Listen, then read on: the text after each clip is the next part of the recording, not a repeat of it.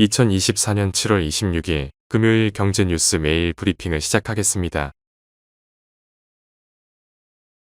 정부가 1999년 이후 단 한 차례도 조정되지 않은 상속세 과세표준과 세율을 25년 만에 개편한다. 이에 따라 상속세 최고 세율은 현행 50%에서 40%로 낮아지고 10% 세율이 적용되는 하위 과표 구간은 1억 원에서 2억 원으로 확대된다.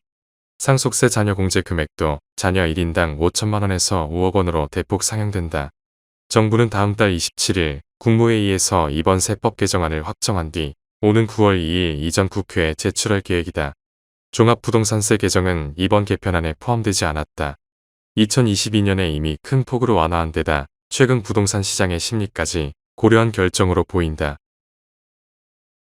다음 뉴스. SK하이닉스가 올해 2분기에 역대 최대 매출을 올렸다. 영업이익도 6년 만에 5조 원대로 올라섰다. 인공지능 열풍에 따른 고대역 폭메모리 수요 급증과 디램 가격 상승 등의 영향으로 풀이된다. 그러나 25일 SK하이닉스 주가는 미국 증시에서 기술 주가 급락한 영향 등으로 인해 8.87% 폭락했다. 2분기 실적 상승의 주된 요인으로는 HBM과 기업 서버용 솔리드 스테이트 드라이브 매출 확대가 꼽힌다. 모두 인공지능 메모리 제품이다. 특히 HBM 매출은 1분기 대비 80% 이상, 지난해 같은 기간 대비 250% 이상 증가하며 실적 상승을 주도했다. 시장에서는 이런 실적 호조세가 하반기에도 이어질 것이란 관측이 나온다. 한편 이날 SK하이닉스 주가는 지난해보다 월등히 좋은 실적에도 전날보다 8.87% 급락한 19만 원에 거래를 마쳤다. 미국 뉴욕 증시에서 엔비디아, 테슬라 등 기술 주가 급락한 점이 투자 심리에 부정적인 영향을 준 것으로 보인다. 다음 뉴스. 도쿄 증시의 간판 지수 니케이 225는 25일 3.28% 밀려 37,869.51로 마감했다. 2주 전 기록했던 사상 최고에서 최소 10% 빠지며 기술적 조정에 진입했다.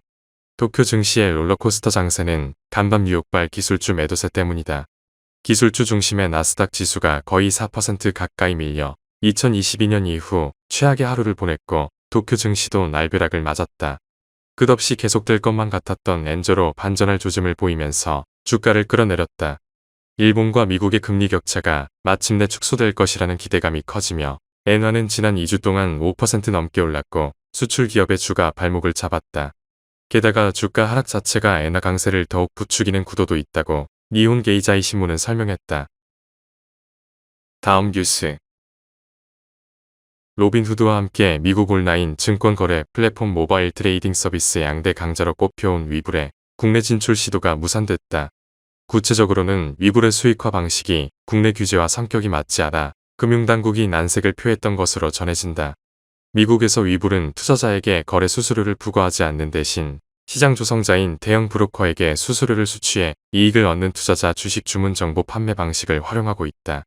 국내 증권사들은 이런 방식은 개인 투자자와 소매 브로커 간 이해 상충 문제와 함께 투기적 거래를 유도할 수 있다는 우려에 사용하지 않고 있다. 당국은 PFOF 방식이 아닌 다른 방안으로 사업을 진행할 것을 요구했지만 위블 측이 이를 받아들이지 않으면서 결국 인가 신청에 이르지 못한 것으로 알려졌다. 다음 뉴스. 삼성물산 건설 부문은 루마니아 현지에서 미국의 플로어, 뉴스케일, 사전트 앤 룬디 등 글로벌 엔지니어링 기업 3개사와 공동으로 루마니아 SMR 사업의 기본 설계에 착수했다고 25일 밝혔다. 삼성물산 관계자는 루마니아 SMR 사업은 유럽 내 석탄 화력 발전소를 대체하는 에너지원으로서 매우 중요한 비정표적인 사업이라며 이번 기본 설계 계약을 통해 글로벌 SMR 플레이어로 입지를 강화할 예정이라고 말했다.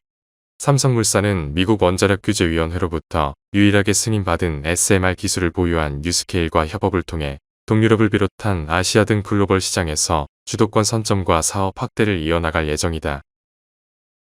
다음 뉴스. 현지 시간 24일 NBA는 성명을 통해 디즈니 산하 방송 채널 ESPN, ABC, 컴캐스트 산하 MBC 유니버셜, 아마존 3개사와 내년도 시즌부터 2035에서 2036년 시즌까지 총 11년간 NBA 경기 중계권 계약을 체결했다고 밝혔다. 이들 3개사와 NBA의 중계권 계약 규모는 약 770억 달러에 달한다.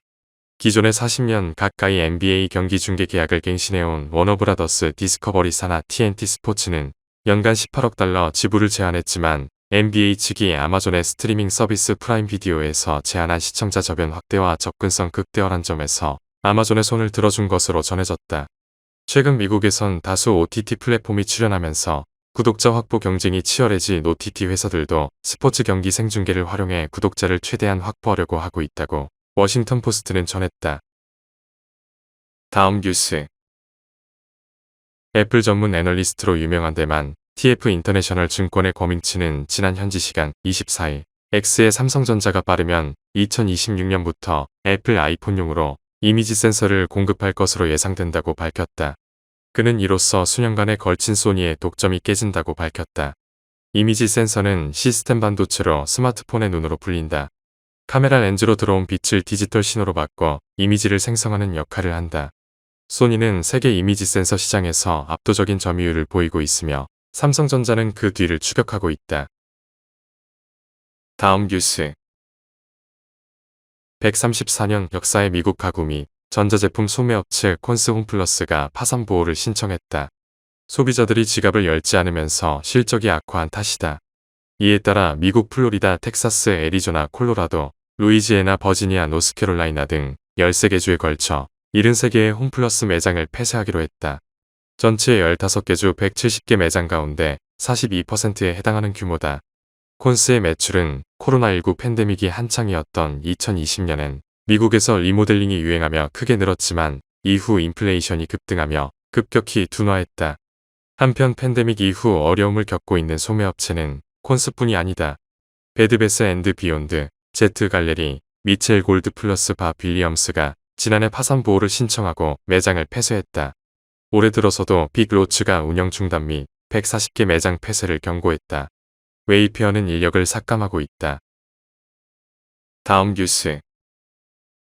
하나은행이 고시한 7월 25일 오후 11시 50분 원달러 환율은 1382.60원입니다.